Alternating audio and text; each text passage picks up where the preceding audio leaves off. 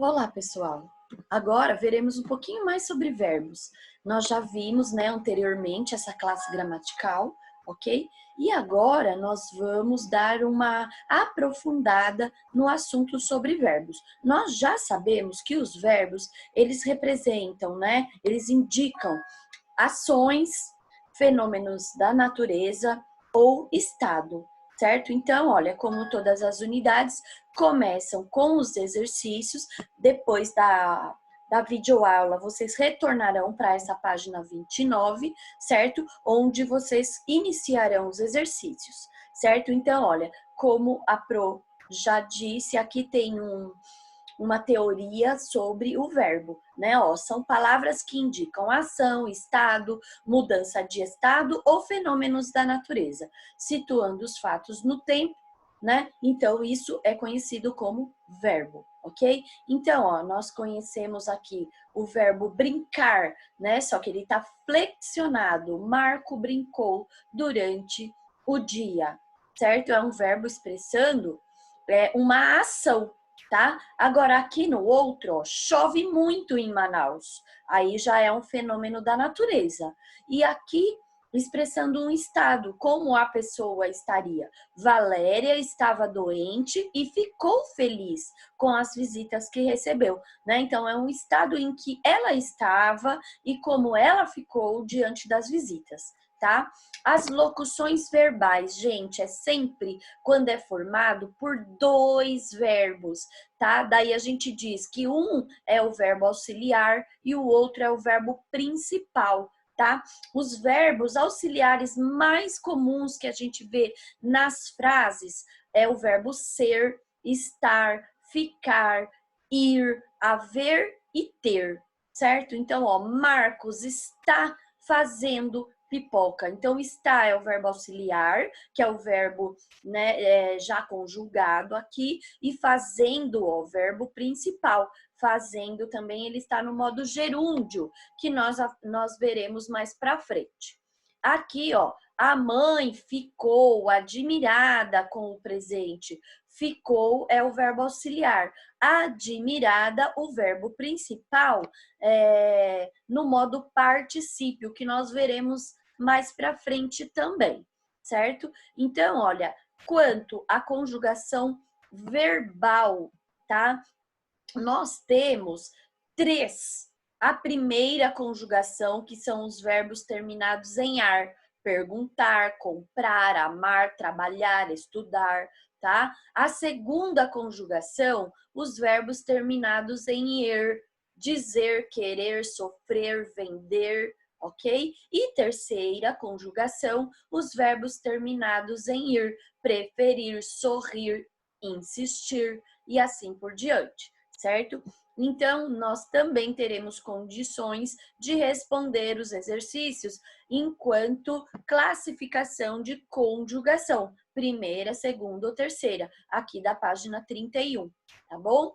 E aí, nós temos mais um pouquinho de explicação a respeito da flexão verbal enquanto número e pessoa. Nós também já vimos, mas só para reforçar, nós temos a primeira, a segunda e a terceira pessoa do discurso, né? E elas podem variar em primeira, segunda, terceira pessoa do plural ou primeira, segunda, terceira pessoa do singular, né? A gente já viu isso também em verbos lá na parte anterior a esta, né? Um pouquinho mais para frente nos módulos.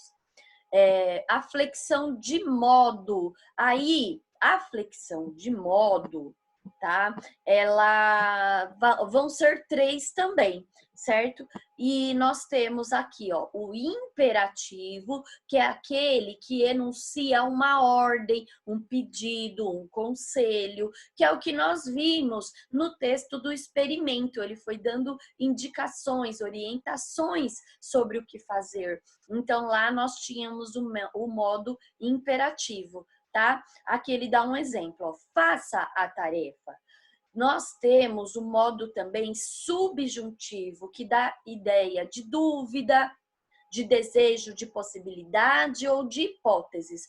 Olha que o exemplo. Talvez eu compareça à sua festa. Então, aqui o verbo está conjugado no modo subjuntivo, porque é uma dúvida, uma possibilidade, certo? O talvez me indica isso.